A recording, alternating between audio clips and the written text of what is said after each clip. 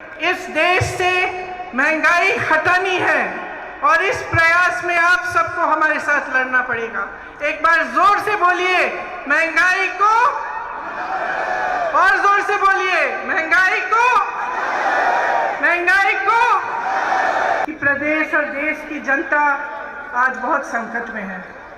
मुझे मालूम है कि जिस तरह से हमारा देश चल रहा है, जिस तरह की सरकार केंद्र में है, उसकी नीतियों से आप पर कैसे कैसे संकट है और आप किस संघर्ष से गुजर रहे हैं। आज ये रैली महंगाई हटाओ रैली है।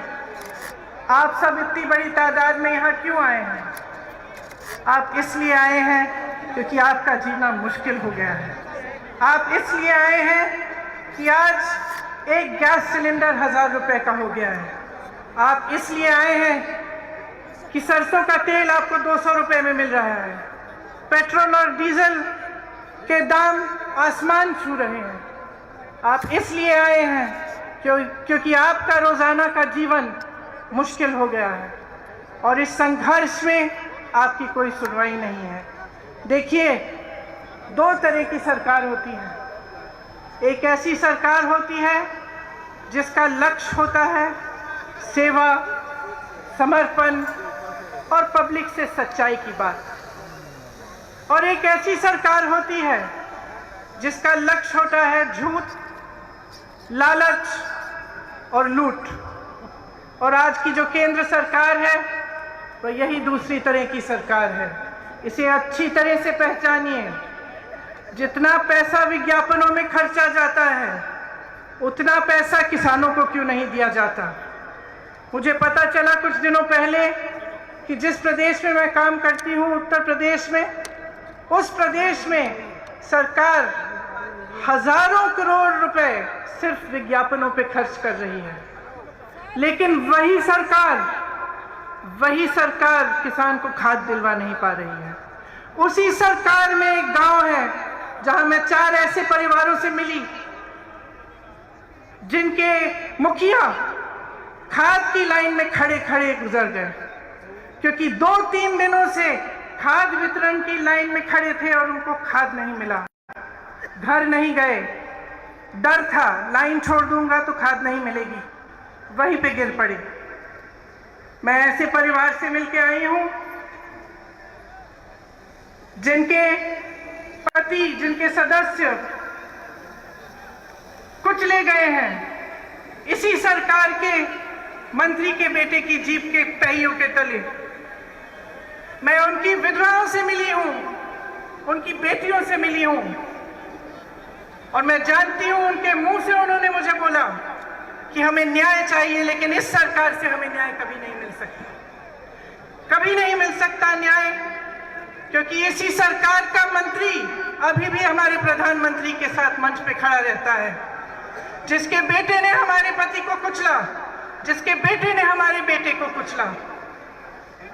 तो जो सरकार केंद्र में है वो निश्चित है कि जनता की भलाई नहीं चाहती, आपके लिए काम नहीं कर रही है। किसके लिए काम कर रही है? स्पष्ट है, पूरी दुनिया देख रही है, पूरा देश देख रहा है कि ये सरकार सिर्फ कुछ गिने चुने उद्योगपतियों के लिए काम कर रही है। कल मैं गोवा में थी। गोवा में एक अनोखी समस्या है, आप चौंक जाएंगे सुनकर, कि एक उद्योगपति के कोयले के लिए ऐसी सुविधाएं बनाई जा रही हैं जो गोवा की जनता को चाहिए ही नहीं। वहां गई, मुझे बताया गया बड़ी बड़ी सड़क बन रही है। किस लिए? उनके यातायात के लिए नहीं, जनता के लिए नहीं, एक उद्योगपति के कोयले को इधर से उधर ले जाने के लिए। जब किसान आंदोलन कर रहे थे, महीनों से बैठे हुए थे दिल्ली के बॉर्डर पे, तो हमारे पर्यटक प्रधानमंत्री अपने घर से निकलकर 10-20 किलोमीटर दूर जहां लाखों किसान बैठे थे वहां नहीं जा पाए। पूरा साल निकल गया, वहां नहीं जा पाए। दुनिया भर में भ्रमण किया, अमेरिका गए, चाइना गए, तमाम देशों में गए, लेकिन अपने दुखी किसानों से बात करने नहीं जा पाए। ये ऐसी सरकार है, समझ लीजिए, जहाँ पे प्रधानमंत्री पर्यटन में व्यस्त रहते हैं, अपने उद्योगपति मित्रों को एक दिन में हजारों करोड़ रुपए कमाते हैं, उनको कमाने में व्यस्त हैं। और वही सरकार है जिसमें आज इस देश का किसान एक दिन में मात्र 27 रुपए कमा रहा है। समझ लीजिए, आपने अपना विश्वास किस में डाला? जब आपने इनको चुना, आपकी एक आस्था थी, आपकी आशा थी कि देश तरक्की करेगा। उस समय बहुत बड़े बड़े भाषण देते थे कि 70 सालों में कांग्रेस ने कुछ नहीं किया। मैं उनसे पूछना चाहती हूँ, 70 साल की रट छोड़िए, हमें बताइए 7 सालों में क्या किया है। 7 सालों में हमें एक ऐसी संस्था दिखा दीजिए जो आपने बनाई शिक्षा के लिए। हमें एक ऐसा एम्स जैसा अस्पताल दिखा दीजिए। जिस हवाई अड्डे से आपका हवाई जहाज उड़ता है, वो हवाई जहाज भी कांग्रेस ने बनाया। और आज जो भी कांग्रेस ने बनाया, ये सरकार बेचना चाहती है, अपने उन्हीं दोस्तों को बेचना चाहती है। तो देख लीजिए, समझ लीजिए, मैं लंबी चौड़ी बात नहीं करना चाहती, सीधी बात कहना चाहती हूँ, इनकी नीयत क्या है। राजस्थान में एक ऐसी सरकार है जिसकी नीयत सही है, इसीलिए कोरोना आता है, आपकी मदद होती है, आपको मुफ्त इलाज 5 लाख रुपए का मुफ्त इलाज मिलता है, 1 लाख रोजगार मिलते हैं, क्योंकि सरकार की नीयत सही है। केंद्र में जो सरकार है, जो उनके नेता हैं, जब भी मंच पर आकर आपके सामने बात करते हैं, सच्चाई नहीं करते, सच्चाई नहीं कहते, सिर्फ आपको गुमराह करते हैं। और इसमें मेरी आपसे बहुत बड़ी शिकायत है कि जब जब चुनाव आता है तो आप जवाबदेही नहीं मांगते। जब नेता समझ जाता है और एक राजनीतिक दल समझ जाता है कि देखिए चुनाव आएगा, मैं ऐसी बातें करूंगा जिससे जनता गुमराह हो जाएगी, जातिवाद की बात, सांप्रदायिकता की बात, ताकि जनता मेरे से विकास के बारे में पूछेगी ही नहीं। जब नेता के मन में ये बात बस जाए तो वो काम क्यों करेगा आपके लिए। जब एक राजनीतिक दल जानता है, उसका एक एक नेता जानता है कि चुनाव के समय आपके सामने फिजूल की बातें करेंगे, आपके सामने चाइना की बातें करेंगे, किसी और देश की बातें करेंगे, कुछ ना कुछ नया निकालेंगे, लेकिन आपके विकास की बात नहीं होगी, महंगाई की बात नहीं होगी, आप कैसे अपनी जिंदगी बिता रहे हैं, किस संघर्ष से आप गुजर रहे हैं, इसकी बात नहीं होगी। जब उनके मन में ये बसा हुआ है तो वो आपके लिए कभी काम नहीं कर सकते, क्योंकि उनको मालूम है कि वे जवाबदेह नहीं है।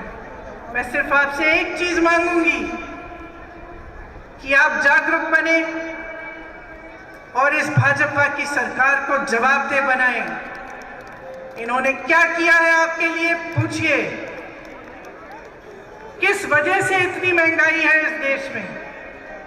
जब प्रधानमंत्री जी के पास 8,000 करोड़ रुपए है अपना हवाई जहाज खरीदने के लिए, तो किसानों का बकाया क्यों नहीं देते?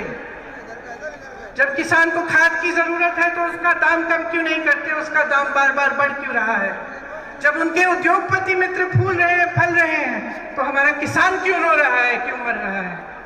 पूछिए, ये आपकी जिम्मेदारी है। इस सरकार की एक बहुत बड़ी जिम्मेदारी है आपके प्रति, आपका विकास, आपके देश की तरक्की, आपको आगे बढ़ाना, आपके बच्चों को एक मजबूत भविष्य देना। तो आपकी जिम्मेदारी है कि वो मजबूत भविष्य आप सरकार से मांगे, उनको जवाबदेह बनाएं और खड़े हो जाएं। आज ये सभा महंगाई की बात की है, मैं आपसे कहना चाहती हूं कि जिस तरह से आप महंगाई से लड़ रहे हैं हर रोज हम उसी तरह से अपनी जी जान लगाकर आपके लिए लड़ेंगे। ये सिर्फ आपकी लड़ाई नहीं है, ये इस मंच पे बैठे कांग्रेस के एक एक नेता की लड़ाई है, ये मेरी लड़ाई है, ये मेरे भाई राहुल गांधी की लड़ाई है, ये सोनिया जी ये अशोक गहलोत जी की लड़ाई है और तमाम यहाँ बैठे नेता आपके लिए लड़ेंगे। इस देश से महंगाई हटानी है और इस प्रयास में आप सबको हमारे साथ लड़ना पड़ेगा। एक बार जोर से बोलिए महंगाई को, और जोर से बोलिए महंगाई को, महंगाई को। और इस प्रयास में हम बिल्कुल पीछे नहीं हटेंगे, हम आपके साथ हैं, आपकी लड़ाई हम लड़ते रहेंगे। धन्यवाद, जय हिंद।